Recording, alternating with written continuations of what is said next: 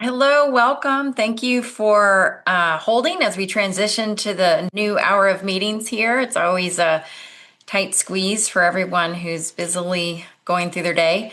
Um, my name is Andrea Gonzalez with Trellis Strategies, and we're so happy you joined us today. This is the third episode in our fifth Trellis Strategies 360 discussion series.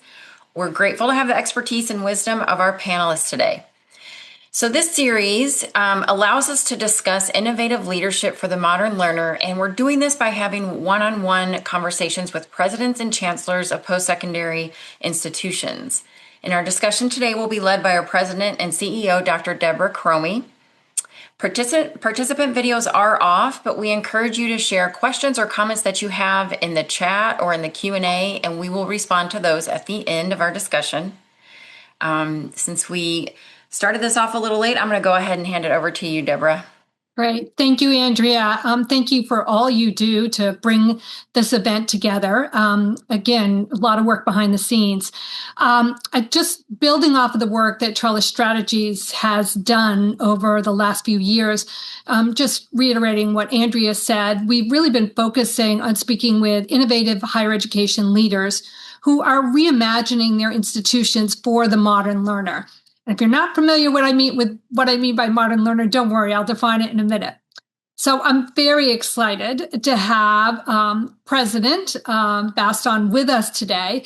For those of you who may not know him, you're going to get to know him really well today. He is president of Cuyahoga Community College, which is also referred to as Tri-C. And is that how I should refer to it during this? Absolutely. Yeah, Cuyahoga Community College is a mouthful, so yes. Dr. Baston leads this effort at Tri-C with a clear mission to turn potential into progress and ensure every student, regardless of background, has the tools to build a better life. As president of Ohio's oldest and largest community college, serving nearly 40,000 students annually, Dr. Baston has delivered results that resonate beyond the classroom and into the fabric of Northeast Ohio. So we're going to get into some of that in a little bit. But I wanted to share a couple of examples that we're going to get back to in the discussion. So you've been there now for 3 years, is that right? Yep, I'm actually halfway through year 4. Oh, wow. Okay. 4 years. But during his time there and under his leadership, more than 10,000 students have graduated, I'm sure it's higher now, from credit and non-credit programs, which is a 10.4% increase in completions, which is really a big deal. For those of you who are familiar with this space and Ohio, you know what this is all about. He has a student-centered approach that has really propelled Tri-C's credit enrollment up 13.2%. And as of today, and you might have new data for me, a 50% increase in delayed entry students, which some of us refer to as adult learners or those who have stopped out, and a rise of 18.7% in college credit plus enrollment. These are clear indications of success in reengaging adult learners and building momentum for high school students as well. And here at Trellis, reengaging adult learners is a big focus of a lot of the work that we're doing. I also wanted to take a moment and note that within a year of completing their programs at Tri-C, 93.8% of credit students and 98.1% of non-credit have entered the workforce, continued their education, or pursued advanced credentials. I have to say, Michael, those are incredible data points. So excited to get into that in a little bit more detail. It's my understanding that those graduates enter high opportunity fields such as healthcare, IT, skilled trades, just incredible work. And I understand you've also overseen the development of 24 new employer-aligned programs since 2022 in high-growth sectors such as advanced manufacturing, clean energy, healthcare, and AI. And that through extensive partnerships with local businesses and public agencies, Tri-C is powering the region's talent pipeline and really positioning itself for a 21st century workforce development, which, again, incredible in this particular time. Before we move into our discussion, I also wanted to mention You have also raised a record-breaking $65.5 million. I don't know if that number's improved either, but that's a big number in philanthropic and public investment in just 3 years. And these funds, I believe, have been used to support program expansion, scholarship, and essential wraparound services, which I want to talk more about, to keep students really on track. So with a 20% growth in endowment assets and 16 endowment funds created, you really have secured a lasting resource to support Tri-C's mission. And I have to say, all within 4 years, 4.5, which is pretty amazing. I can't wait to get into this, but I did promise everybody I would define the modern learner, which I know you know really well. So at Trellis Strategies, we base our work around helping entities understand and adapt to the modern learner. And I think Andrea is going to pop in the chat a copy of our 2024 Student Financial Wellness Survey results. And I know that Tri-C has participated in this and would love to hear later on again how that data is helpful. But when we think about modern learners, these are not what you would think as the traditional students that are 18 years old, out of high school, walking around campus with a backpack. About 2/3 of this survey, we survey students across the country, 2/3 of respondents work for pay while they're enrolled. 2/3 work while enrolled. Many of these are working students are full-time. 43% of them are working full-time or hold more than one job. 25% hold more than one job. And over a third, 36%, identify primarily as a worker who goes to school. And if we focus on community colleges, that goes up into the 40% range. So as we think about this, and I think some of the things you've been able to address at Tri-C, it's been that affording a post-secondary education is increasingly challenging for these learners. Overall, the many demands on students' time can impede their academic progress, for example, by limiting their ability to attend class consistently. In our 2024 Student Financial Wellness Survey, 24% of parents had missed at least one day of class due to lack of childcare. 25% of working students missed at least one day of class due to conflicts with their work schedule. And 15% of all respondents missed class at least sometime due to lack of transportation. Again, looking forward to hearing from you about how you've solved all those to get these 90% plus completion rates. But and here's the interesting part. Despite all of these challenges, 73% of the people who responded agree that college is a good investment in their financial future. And 84% of respondents believe a college degree will provide them with a higher quality of life. And this is really important because I think that if you're an adult or a modern learner returning to school, you have to believe that to balance and juggle all the things that are going on in their lives. So with all that as background, I'm going to start off this conversation by, in case you didn't know this, Michael, Trellis's mission is to develop and advance initiatives that grow individual economic mobility and expand community prosperity. Sound familiar to you? I think it does. Personally, I've always believed that if you raise up an individual, you raise up a family. And if you raise up a family, you raise up a community. I believe you are driven by a similar personal mission around when students succeed, communities grow. Can you speak to how this has informed your career choices, specifically working within community colleges? Well, certainly, Deborah, I'm so happy to be with you today and with your audience. And I really appreciate the acknowledgement of what my folks have helped us accomplish for the citizens of our community. I happen to be in Cleveland, Ohio, Northeast Ohio, where we are the second poorest big city in America. And there are many challenges that are facing the people of our community. But we believe very firmly that education is that sort of way to level the playing field. It is that way to actually breathe life and hope and opportunity. The opportunity ecosystem exists, but not everyone knows how to get access to it, to navigate it, and be successful. So the North Star of our institution is economic mobility through education. And we believe that educated citizenry don't only just earn, but they ultimately invest. I want the people in my community to not just be earners, but investors. And what that means is that if they have the economic opportunities, then they can invest in the revitalization of the community so that they don't have to move, but they can improve it, that they can build it, that they can actually be that civically engaged person that says that we are going to build a better and more beloved community. We are just coming off Martin Luther King weekend. And Dr. King fought about this idea of a beloved community, this idea of equality, and this idea of economic opportunity for all.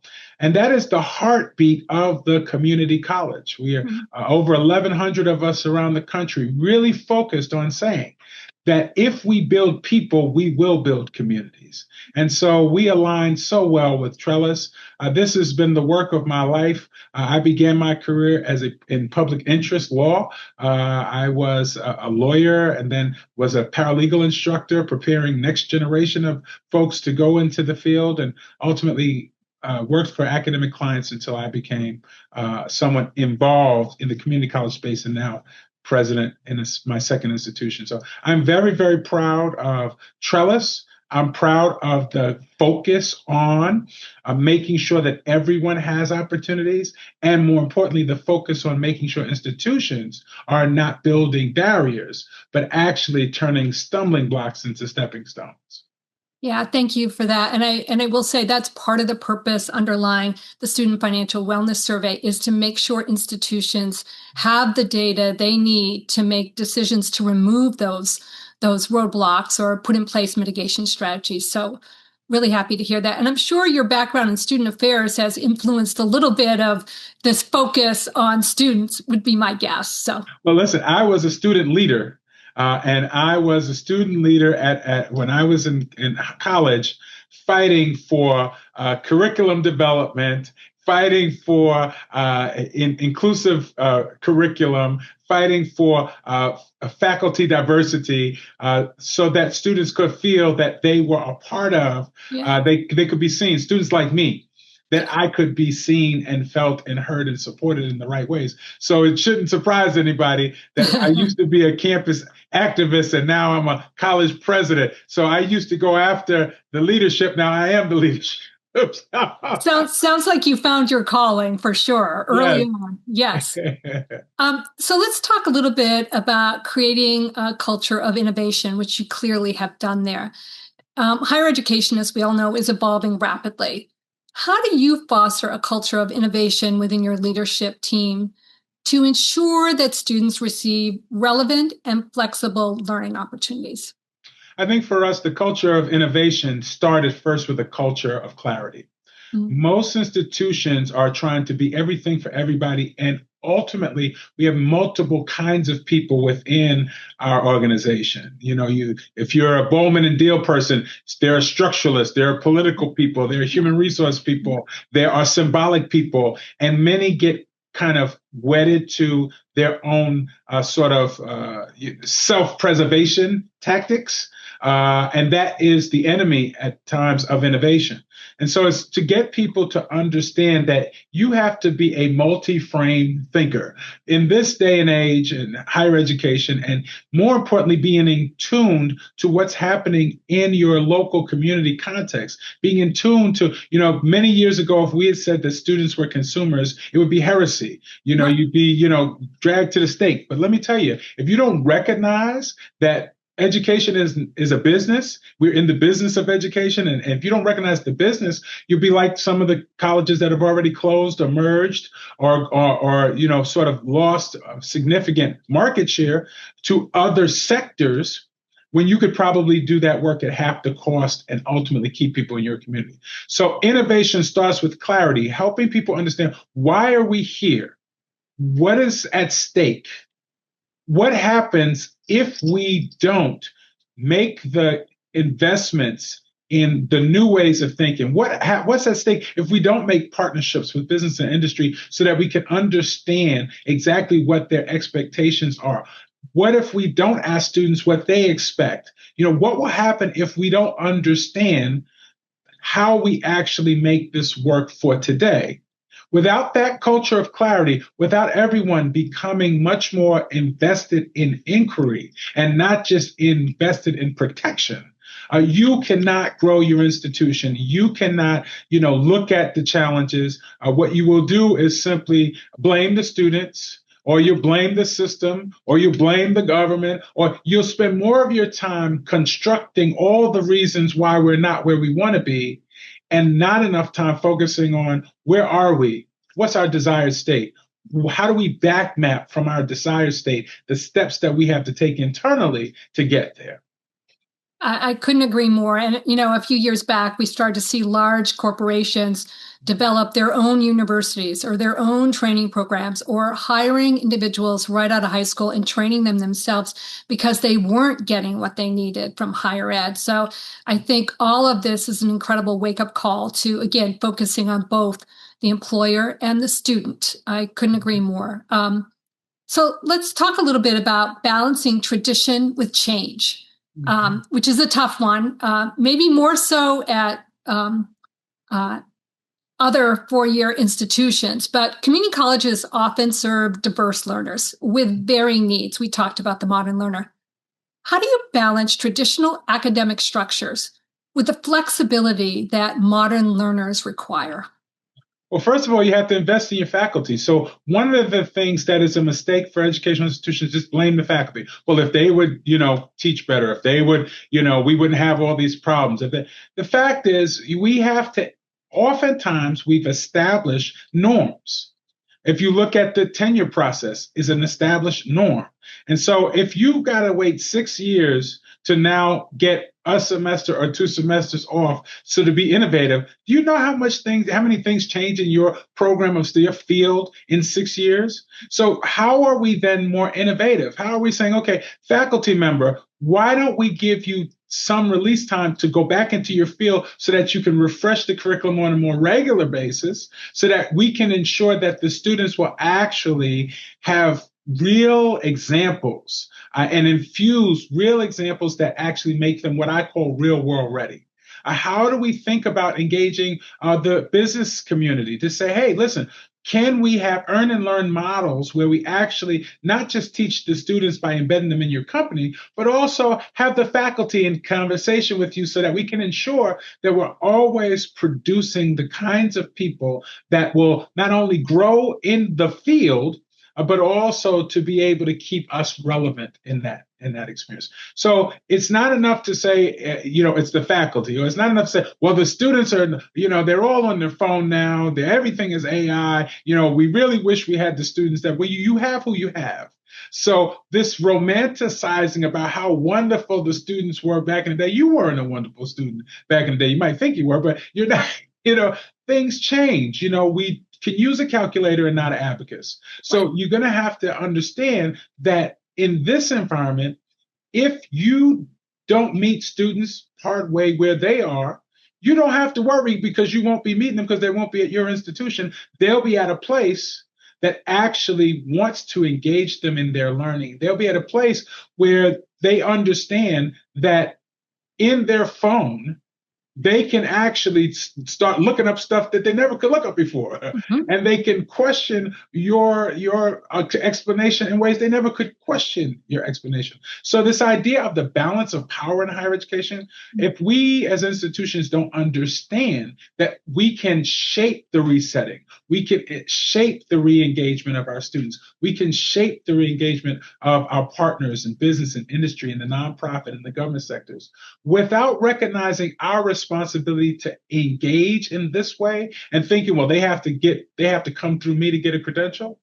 In this skill-based environment, when more and more employers are saying, take out the degree off of the resume requirements, because if you can demonstrate certain skills, that's what we prefer.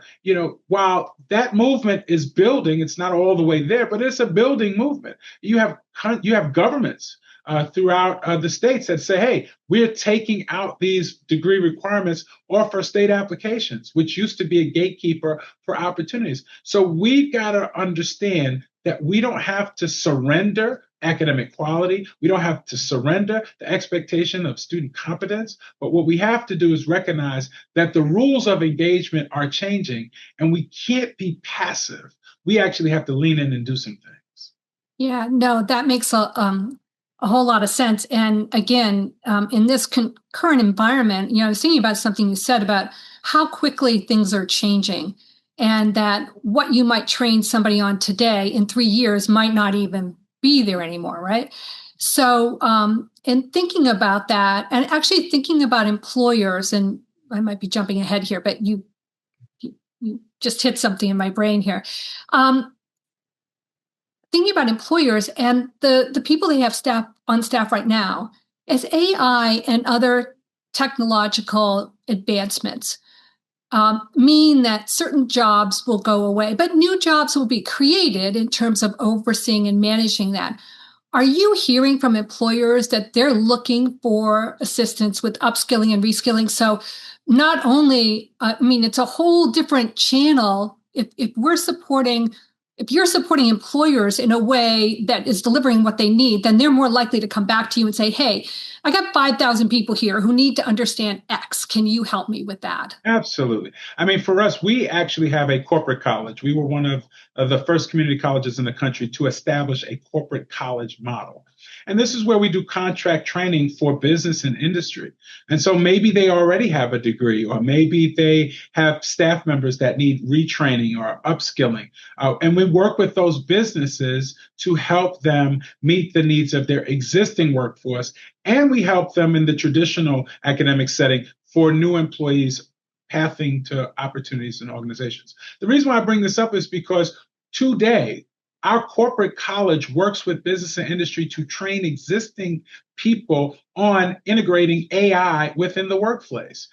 And we do it by sector. So we don't just have a generic, here's how you use AI. There's AI for healthcare. There's AI in the human resource space. And so we're doing those trainings for business and industry currently and helping them to move forward. And that has been very helpful to us because our folks are not just, our business and industry leaders are not just looking for your credit-seeking students.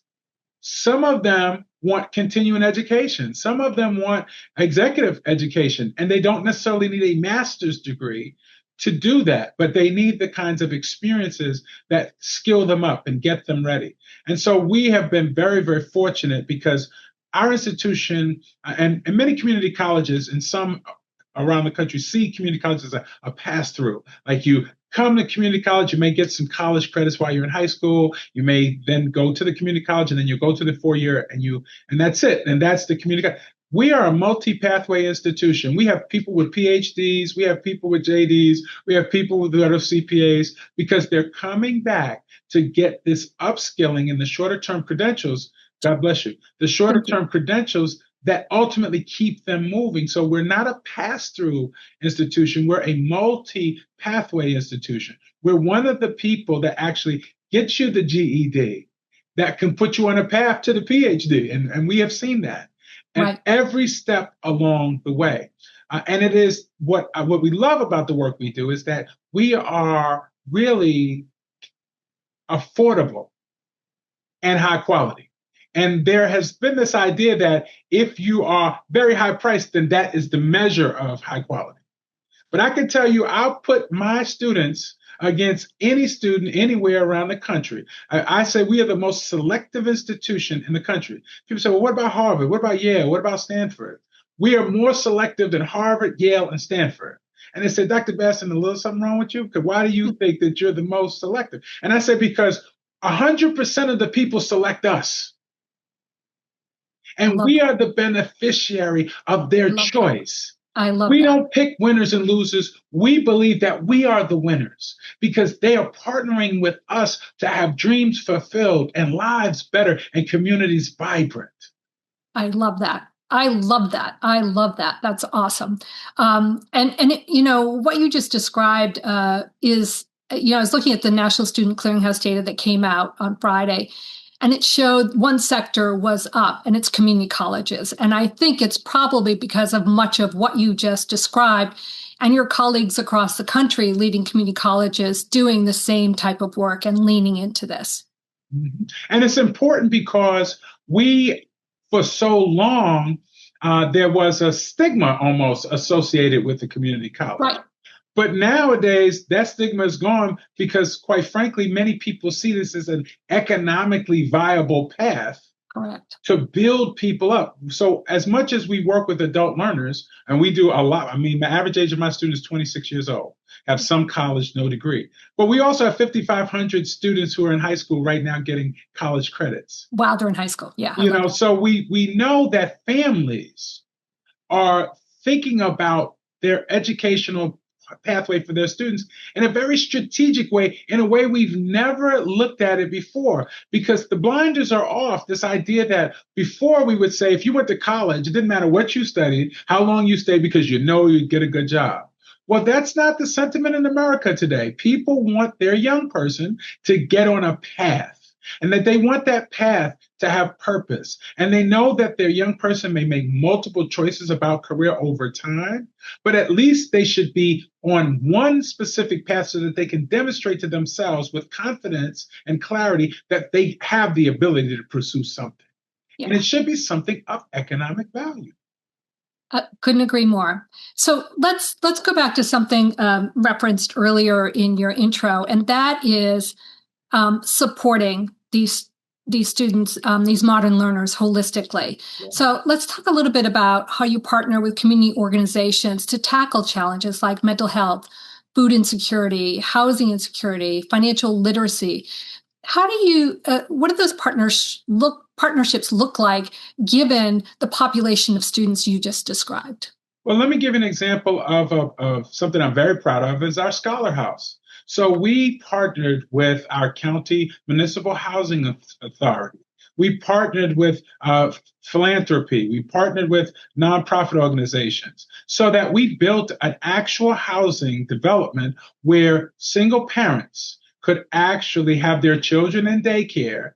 They could live at this specific house while they're in school, whether they're in the associate or their baccalaureate program or beyond. So we have students from Cuyahoga Community College, we have students from Cleveland State University, and they get wraparound supports so that they can actually get a good degree and get appropriate career counseling, that they could actually get into a good career, and then post-completion placement in housing and job support. So that at the end of the day, now we have people who will be able to make sure that their children are taken care of. They will never have to remain on public assistance, but they actually will be able to move their life forward so that they're able to assist the public down the line. And that's the kind of thing that we have to focus on with United Way and other groups. How do we think about developing strategies to address the social determinants of health, work, and education? Because that's the intersection.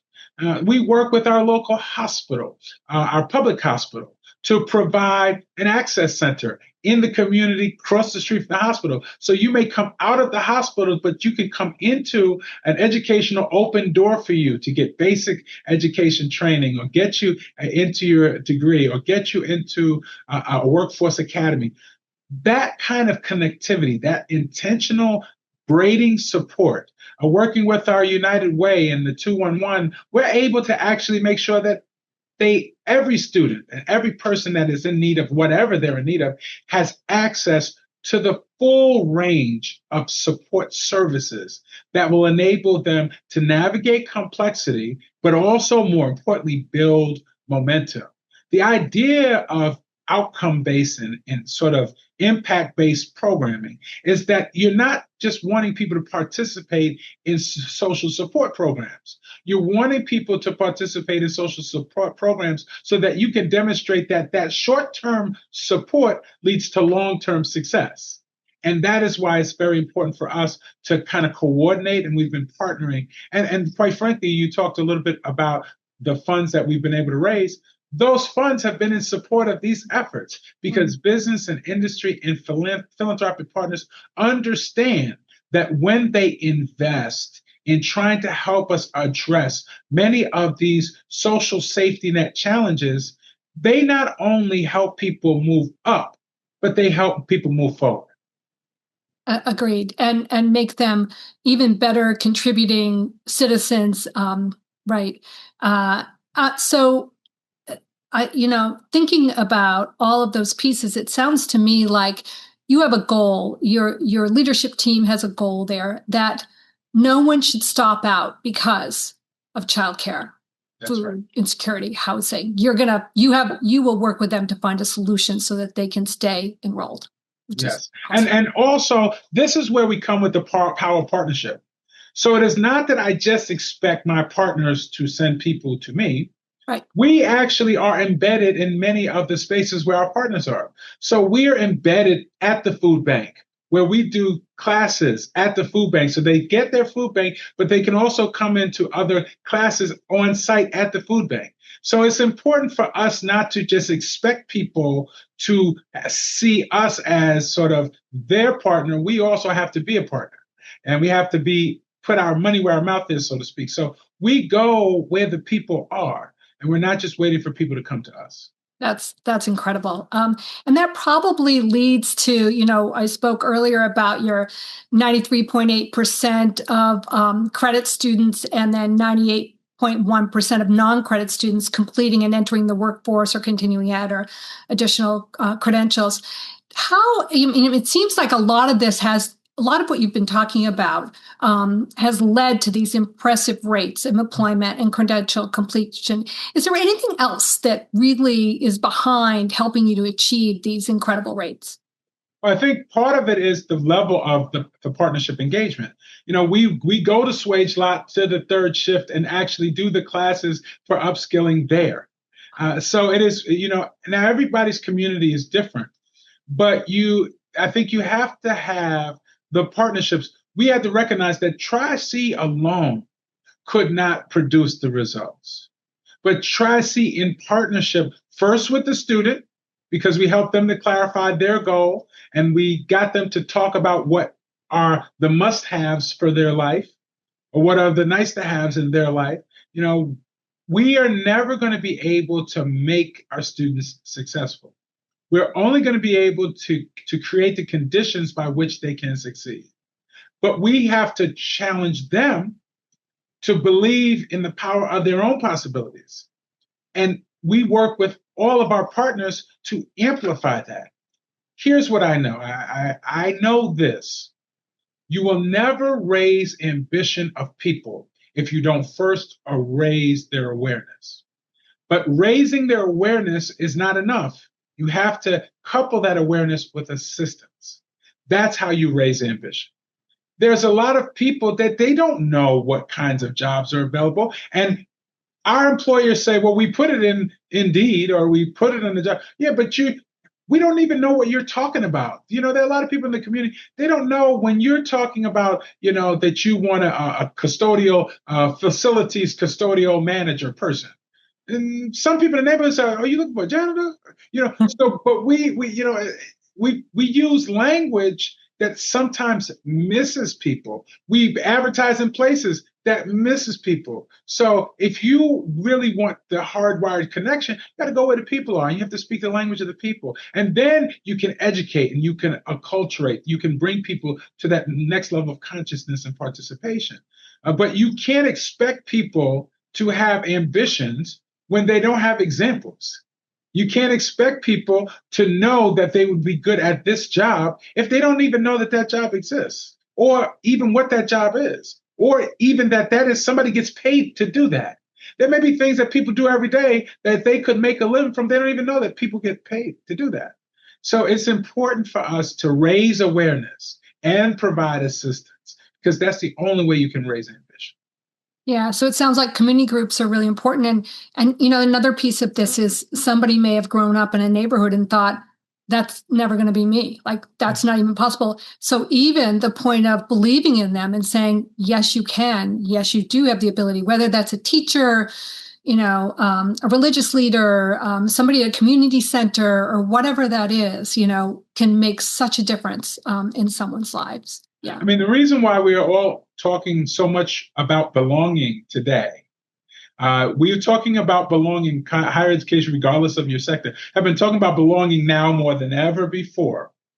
Part of the reason why we're having the conversation about belonging is because we're looking at the alarming rates of dropout. We're looking at the alarming rates of stop out. We're saying that retention alone is not going to be what's going to help sustain us. We're looking at the enrollment cliffs because of the lack of people at the top of the funnel that are to quote unquote traditional age. So now everything is all about belonging. Well, we should have been talking about belonging all the time. Long time ago. Yeah. But the goal now is to recognize let me give you our sort of, I think, secret sauce. Our secret sauce is recognizing that everybody is critical to retaining our students, to producing and promoting and advancing our students. Everybody, whether you're in the kitchen, whether you're on the cleanup committee, whether you are public safety, we want everybody at our institution to actually help students feel like they belong here from day one. So we say, it's a very simple acronym we use called GPA. Ask a student their goal. Ask their student their plan. Ask the student what actions have they taken. You do not have to be an expert in all student support services. You do not have to be a counselor or a financial aid guru. You just have to be a human being that is kind enough to simply ask another human being, do they have a goal? And then point them in a direction. You don't even have to know the answer. You can always point them in the direction of the president's office, or point them in the direction of someone in student support services, but just the simple asking of a student, what their goal is. It lets them know, if you take that 2 seconds to listen to them, that you do care. And if someone is asking you, then that means you do belong here, because we want to know. And we're not just nosy people. We actually really want you to feel like there is a community of support here for you. And, we know that paranoia is the sneaky suspicion that everybody's out to get you. We are trying to promote pronoia, the sneaky suspicion by students that everybody's out to help them. So if they're in the parking lot, if they're in the cafeteria, they're walking down the hallway in class, they're in the student center, that somebody along their journey is really wanting them to succeed. Yeah, no, that's incredible. I love it. Let's talk a little bit about digital and hybrid learning. A lot of what we've talked about so far has been brick and mortar, maybe not your brick and mortar, maybe someone else's brick and mortar, but what innovations do you think are available with online hybrid learning and exploring how to serve students who can't commit to a traditional on-campus experience? I think what has been helpful for us, we're 100% community campus. So for us, what has been helpful is multiple parts of term. So our students can come for a 4-week, a 12-week, a 16-week, on-site, online. They can actually do a class before they go to work in our downtown campus. And if they live on the west side, they can do a class when they get off work at our west side campus and go home from there. There's this way for us as a multi-pathway institution to be an integrated institution. And so for us, we've been very fortunate, because of the size and scope of what we offer, to make sure that there's the modality that people need and the time frame that people need.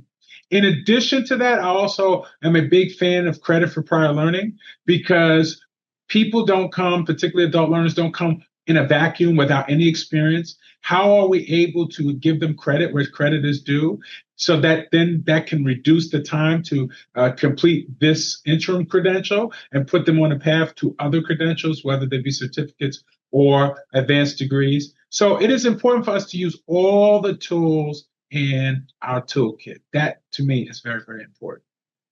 So along those lines, how do you see programs like stackable credentials, short-term training, redefining what college means specifically for this modern learner?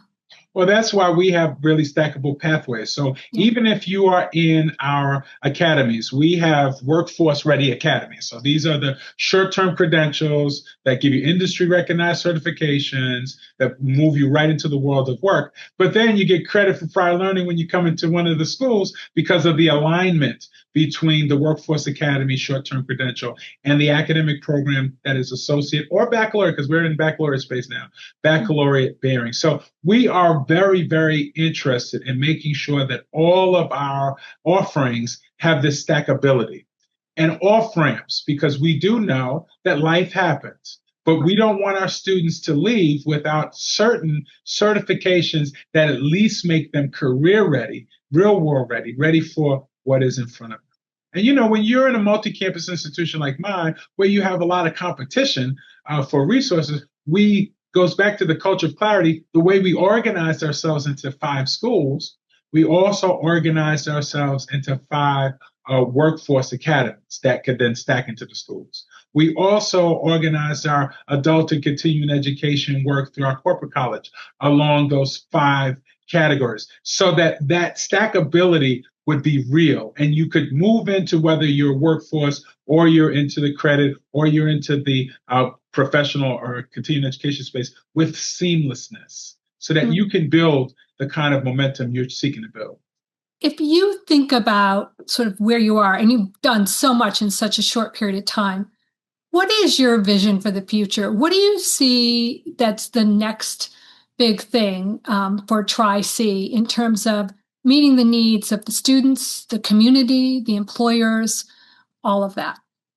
Well, one of our major focus as we kind of dial into this idea of economic mobility being our North Star is to begin to think about very specifically our academic programs and ensuring they lead to economic outcomes that don't just leave students with a living wage, but our goal is that students would have a thriving wage.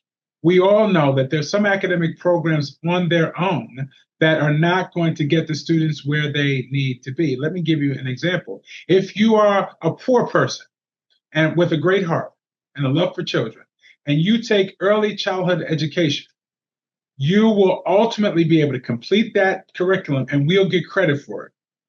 But that poor student who now has this degree will remain in poverty because of the way in which the pay is actually connected to this very important, worthwhile thing that we need in our society. We are saying that that is not sufficient. So we take our entrepreneurship program and we infuse entrepreneurship with early childhood. And now those same folks that would have to take care of 26 children in a organized daycare working for somebody else can now take 5 children, do home daycare, and actually now own the home they're renting and take care of their own children with those resources. Because we're getting people to understand that this is an economic decision you're making with your academic choices. And we've got to put you in a position to be better off. Because if the help doesn't help, then it's not help. If we're saying you got a degree, but the degree doesn't make a difference, then why do we have you getting a degree that you can make that and not actually live your passion and your purpose? And quite frankly, it is important for us to challenge the business community and challenge our sectors to say you have to pay living wages if you expect people to be able to live. But at the end of the day, if we are not also looking at our programs to make sure that people are actually moving in that direction, we are not part of the solution. We could be inadvertently creating more of the problem. So from my position, when you think about the future of Tri-C, we think about the future of our college, it really is, how do we activate people and their potential? How do we amplify our community impact? How do we align path with purpose? Those are really the 4 foci of the work that we're doing at this time. And it sounds like you're relying an awful lot on data that you're collecting, you're taking a look at in terms of the students that have gone through the program, are going through the program. You might be piloting new things to really help drive directionally where you're going to go. Oh, absolutely. When I talked about the culture of clarity, I started with actually Lean Six Sigma. We basically did a Kaizen relative to our enrollment process to understand exactly how many steps does it take. How many licks does it take to get to the center of a Tootsie Roll, I think. A Tootsie Pop. We needed to understand, are we creating barriers that are procedurally good for us, but practically terrible for students? And we moved from 141 steps to like 3. So, I mean, it's just, but we went through that painful process of evaluating. We used the Trellis survey because we want to understand what our students are telling us about their experience. What are our students telling us about their needs, so that when we talk to partners and we design alternative approaches to the kinds of things that they're dealing with, that we also have baseline data and proof points. And that's why it's important to us. Yeah, sounds like you don't just talk student-centric, you live student-centric. Yeah. It's critical. Yeah, Andrea, I thought I saw a question pop up, but I was listening to Michael, so I didn't see what it was. Yes, this is actually a follow-up to the competition question. Is there an expectation for each campus to enroll a certain number of students? We actually take a different approach. It is a school-based approach, not a campus-based approach. So we have 4 campuses and 4 campus presidents. We have the president of our corporate college. The goal is that we will have academic programs at every location. So that is not the way in which we're kind of meeting out. We want, of course, to look at what is the zip codes, who's not here. We know who's here, who's not here, because the role of those campus presidents is to make sure that everyone that could be here has a pathway here.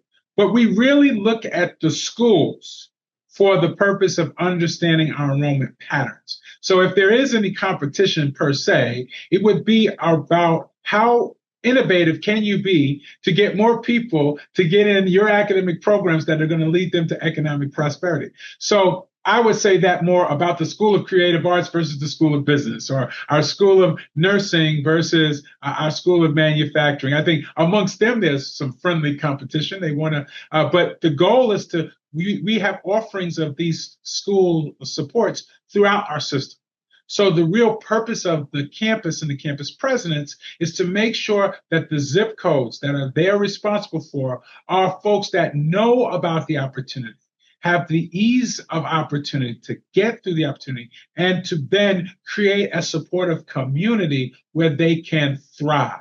And I think that for us has been our sort of secret sauce as well, thinking about the competition not of campuses, but the competition of making sure that we get to everybody that's not here, that could be here. Great, thank you.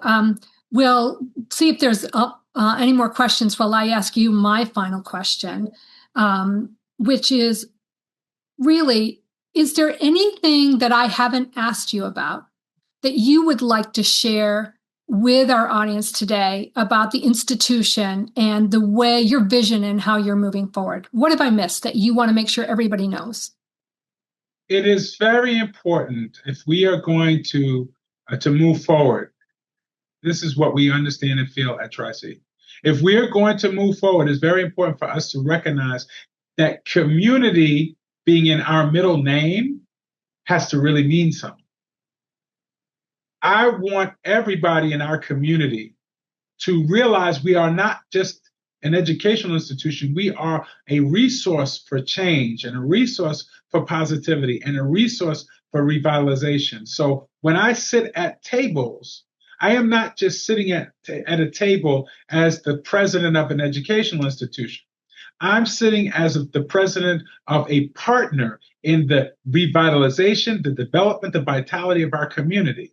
And that then allows me to have a very different lens, that education is a vehicle alongside other vehicles, but the goal is that our community is strengthened because we love the people that are there, and we get them to the place where they can love investing in where they live and work and grow.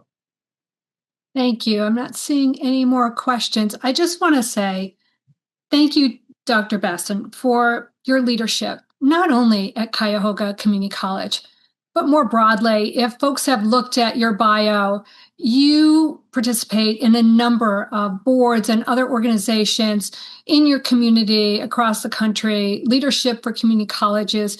You are an incredible leader and representative of what we need more of in this country and in higher ed. And I want to thank you so much for taking time out of your day, especially given the weather right now where you are, and making time to be with us and to share your thoughts on innovation and leadership, especially from a community college perspective, with our audience and with Trellis. Thank you so much. Debra, I so thank you. I'm happy to be with you. I'm really proud of the work that Trellis does. I'm glad that we are the beneficiary of your good work because you're helping us get better and do better and support our students in a much more effective way. So we want to thank you for the work that you're doing as well. Thank you very much. Well, we'll be watching Cuyahoga Community College and see what comes next. Thank you. And thank you to everyone who tuned in today to hear this great presentation or conversation. And I believe, Andrea, there is going to be a recorded or some type of shortened version that's available for people later on. Yes, we will email out a recording to everyone who's registered once it's available on our website to watch. Great. All right. Thank you, everyone. Have a wonderful day. Michael, stay warm and dry. Thank you. All right, everyone. Take care. Have a good day. Take care. Bye-bye now. Bye.